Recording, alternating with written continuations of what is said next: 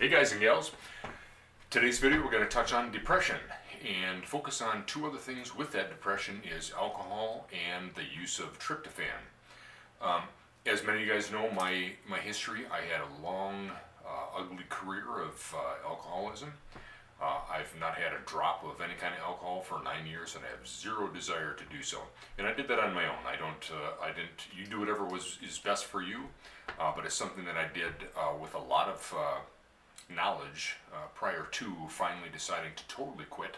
And I'm sharing with you a little bit of that knowledge. So if you could read my thing here, when we talk about alcohol, what a person's got to realize is you're talking about fungus, you're talking about a brewer's yeast, which is a mycotoxin. And that mycotoxin is very well known to cause all kinds of mental health issues as well as cancer and heart disease and you name it. When we're all too familiar with the hangovers, which I've had thousands of them, you're talking about acetaldehyde, and that's the actual fungal mycotoxin that causes that hangover. It causes that pain. It causes those headaches. Causes dehydration. People just think, well, it's alcohol. That causes dehydration. Well, and that causes headache. Well, what is the alcohol? It is brewer's yeast. It's Saccharomyces cerevisiae. And that causes all kinds of issues, as we all know, when it comes to alcohol. For me, what ended up being the key for that is 20 years ago, as you guys know, I decided I had to change my life, otherwise I just wasn't going to make it.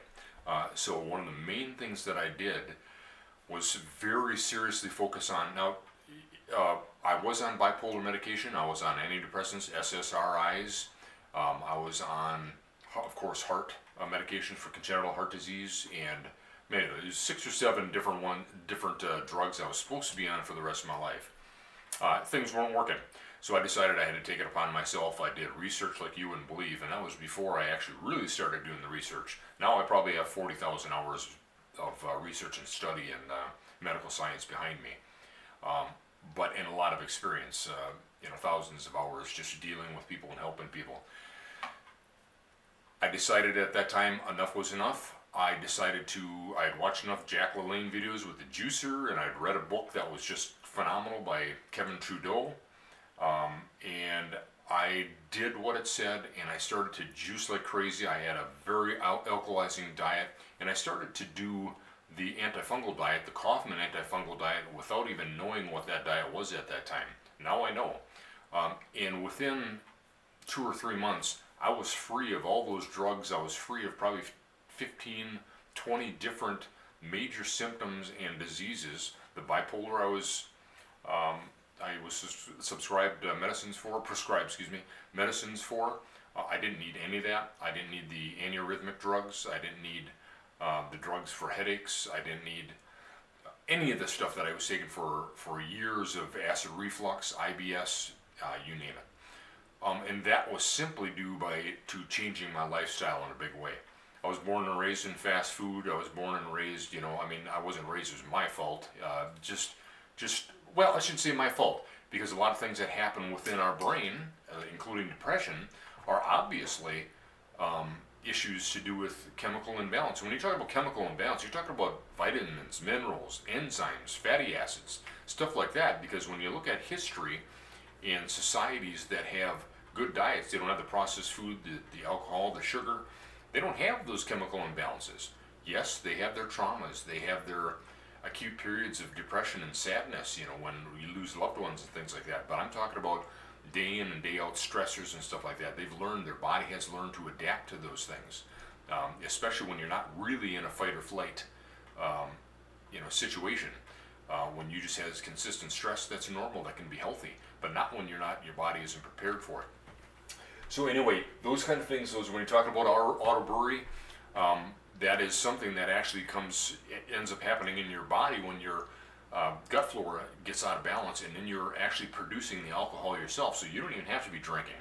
So you can be done drinking or not drinking at all and getting that brewer's yeast or even that baker's yeast that can cause that gut flora to be out of balance, especially when you're taking antibiotics. I hear a lot of people talking about, when you're talking about overgrowth of yeast, you talk about antibiotics. Well, it's a whole lot more than that, because when you're talking about antibiotics, you're talking about grains, our grain supply, our sugar, our soy.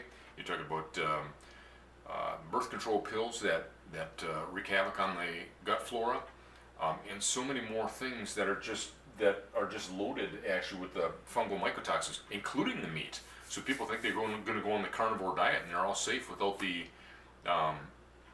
mycotoxins in there that cause all kinds of sugar disruption as far as insulin is concerned, and all these things. They're well known to be loaded because, of course, those animals oftentimes, unless you're getting really good grass-fed antibiotic-free meat, they're fed grains. Much of the beef is finished on grains.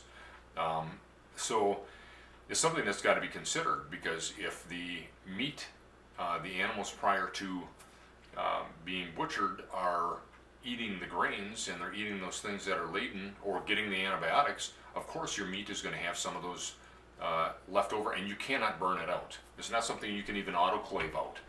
It's something that you're going to ingest. But there are things that you can do to balance that out and neutralize those acids.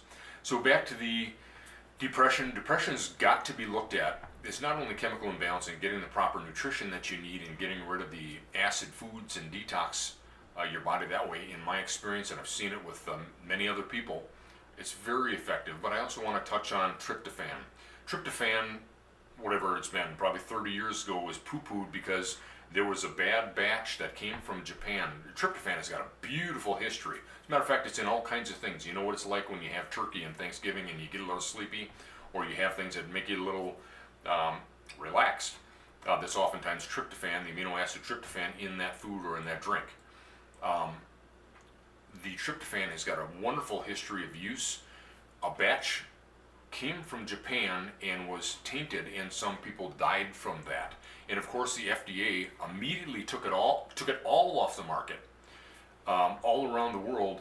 And what do you know? 4 days later, the FDA approved a $1 billion drug that is used to this day today, SSRIs that are proven failures. So here's something, in my view, yeah, you call it conspiracy, whatever, but all those things you hear about conspiracies usually have not only a nugget of truth, they have a whole lot of truth when you do enough digging in it. I can't say, but my guess is somebody along the line when those batches were coming over to the United States did something to those batches to taint them, knowing, because the FDA knew clearly that none of the other batches had been used for years and years and years, that was never an issue. And tryptophan is safe, it's natural, but shortly thereafter they have a drug that has made them billions upon billions, and I say them, including FDA, because keep in mind that about half of their budget is funded by the pharmaceutical companies. So tryptophan is a really key thing, a really key amino acid to use. So they took it off the market, but it's back on the market. It's something that you can very strongly consider using. It's something that outside of SSRIs that don't balance things properly, you have to have tryptophan to balance the pineal gland, which puts out the melatonin and the serotonin in a near perfect way when you're a healthy person. So that's it. All I want to say is to those people that are suffering from alcoholism, I know it all too well what it's like. So anyway, after 20 years ago, after I changed my diet, I continued to drink here and there, much less. And I just didn't really need it. It's really there. It was more out of habit. I didn't crave it. I didn't crave those carbs. I didn't crave the sugar, the alcohol. And I decided, well, sooner or later I'll just decide to quit. And I thought, if I ever have a child again, when I get remarried, and I did 11 years ago, I have a child. That'll be the end of that. And the day I heard my wife was pregnant, I said, enough's enough. And I haven't had a drop, and I haven't desired it a bit. I still collect wine and stuff like that. Wine bottles, I have probably 150 bottles of wine, and I haven't had a drop and don't intend to. Maybe when I get real old, I'll hammer a couple down, but outside of that, I just don't need it. And I'm going to give credit to an alkalizing diet. I'm going to give credit to proper nutrition, and I'm going to especially give credit to the antifungal diet, because that attacks not only the fungus and the yeast that cause much of the depression and the disease that we know that it does cause, like alcohol, 20 different kinds of cancers, but it also goes after alkalizing the very dangerous mycotoxins they leave behind. I hope that's helpful for somebody. look into tryptophan, talk to your doctor, and go from there. Thanks. See ya.